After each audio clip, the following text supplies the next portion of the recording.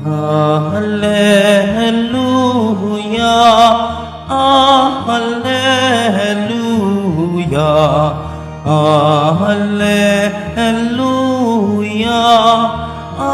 hallelujah.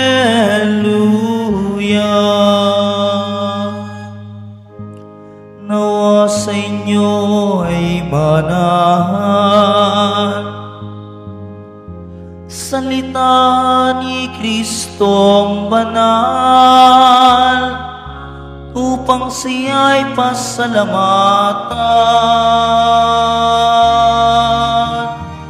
Hallelujah,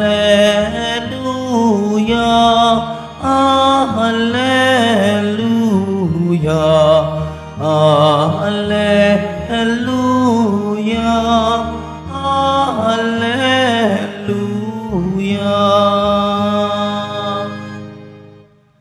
Sumainyo ang Panginoon. At sumayo rin. Ang mabuting balita ng Panginoon ayon kay San Marcos. Papuri sa iyo, Panginoon. Noong panahong iyon, pumuntas na naman si Jesus at ang mga alagad sa Jerusalem. Samantalang si Jesus ay naglalakad sa templo, nilapitan siya ng mga punong saserdote, ng mga iskriba at ng matatanda ng bayan. Tinanong siya, "Ano ang karapatan mong gumawa ng mga bagay na ito? Sino ang nagbigay sa iyo ng karapatang ito?" Sumagot si Jesus, "Tatanungin ko rin kayo. Pag sinagot ninyo ako, saka ko naman sasabihin sa inyo kung ano ang karapatan kong gumawa ng mga bagay na ito. Kanino nagmula ang karapatan ni Juan upang magbinyag? Sa Diyos ba o sa mga tao?" At sila'y nag-usap-usap. Kung sabihin nating mula sa Diyos, itatanong naman niya sa atin, bakit hindi ninyo siya pinaniwalaan? Ngunit kung sabihin nating mula sa tao, natatakot naman sila at baka kung ano ang gawin sa kanila ng mga tao, sapagkat kinikilalan ng lahat na si Juan ay isang propeta. Kaya't sumagot sila kay Jesus, "Hindi namin alam." Sinabi ni Jesus sa kanila, "Hindi ko rin sasabihin sa inyo kung ano ang karapatan kong gumawa ng mga ginawa ko." Ang mabuting balita ng Panginoon. Pinupuri ka namin, Panginoong Hesu Kristo. Magsiupo muna po ang lahat. Magandang umaga po sa inyong lahat.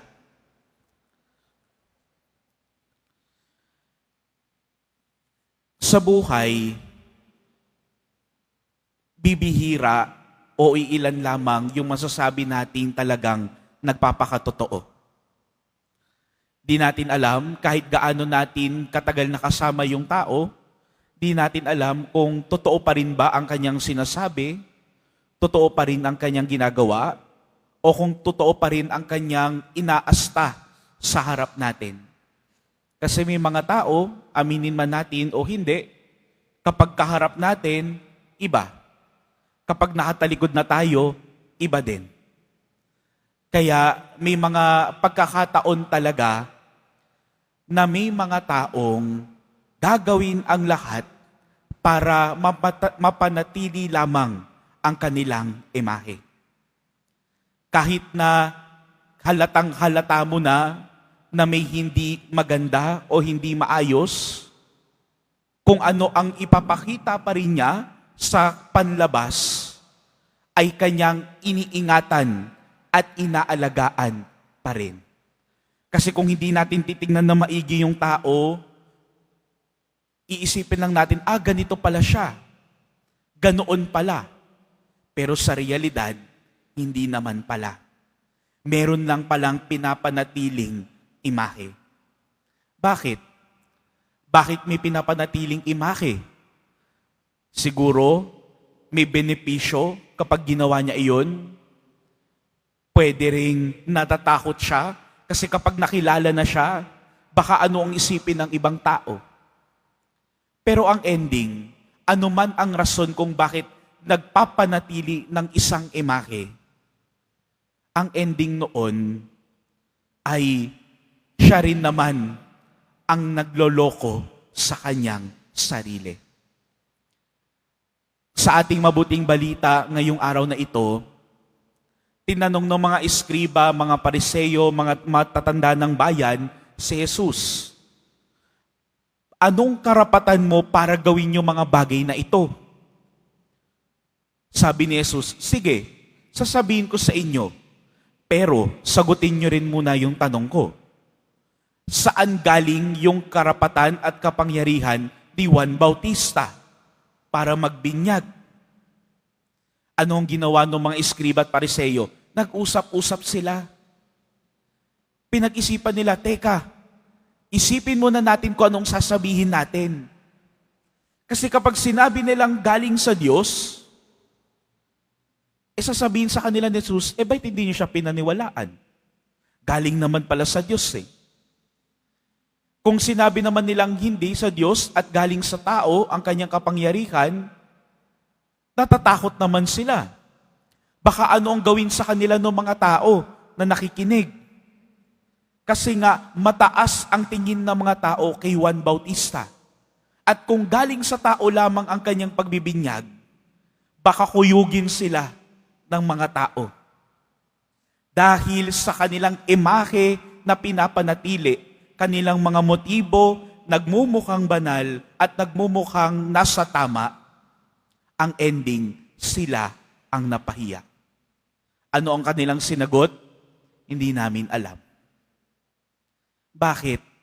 Kasi yung pagtatanong pa lang nila mismo, hindi naman ito pagtatanong ng gustong makaalam ng katotohanan, pero yung pagtatanong kasi nila, gusto lang nilang pahiyain, hulihin si Jesus sa kanyang sasabihin. Pero bumaliktad. Dahil gusto lang nila panatilihin yung otoridad nila, yung imahe nila na karangal-rangal at maayos sa harap ng ibang tao, napahiya lang sila sa huli. Kaya mga minamahal na kapatid, wag na po natin pagurin ang ating sarili. Hindi naman natin kailangan mag-maintain ng image all the time. Mas mararamdaman at makikita rin naman ng mga tao kung nagpapakatotoo ka o hindi. Marahil, siguro sasabihin ng tao, kaya mo silang maloko kung bihira kayo magkita. Pero kung madalas kayong magkasama, lilitaw at dilitaw ang katotohanan. Kaysa mapahiya sa huli, magpakatotoo na lang. Para saan ba yung imahe? Para saan ba yung minemaintain mong position? Yung authority mo? Para lang masabi na makapangyarihan ka? Para lang masabi respetado ka? Hindi naman ganun ang buhay. Yung kaya pa nga aminin ang kanyang kahinaan, yun pa nga ang hinahangaan. Sa mata ng Diyos, ano bang gusto nating patunayan doon sa pinemaintain na image na panlabas lamang? Gusto ba nating maloko ang Diyos? Panginoon, ganito po ako. Lagi po ako mapagbigay. Mabuti kung ganoon. Pero kung yun lang ay pronta at hindi talaga bukal at galing sa loob, kitang-kita ng Diyos iyon. Hindi ko po alam at nakikita ang laman ng puso ng bawat isa sa atin dito. Kasama na rin po ako doon. Pero alam ng Diyos iyon. Kaya, ano pa ang silbi ng imahe kung alam naman ng Diyos ang lahat? Kaysa pagurin ang sarili, lumapit na lang sa Kanya at magpakatotoo. Mga minamahal na kapatid, sa pagpapatuloy ng ating pagdiriwang, hilingin natin ang grasya mula sa Diyos.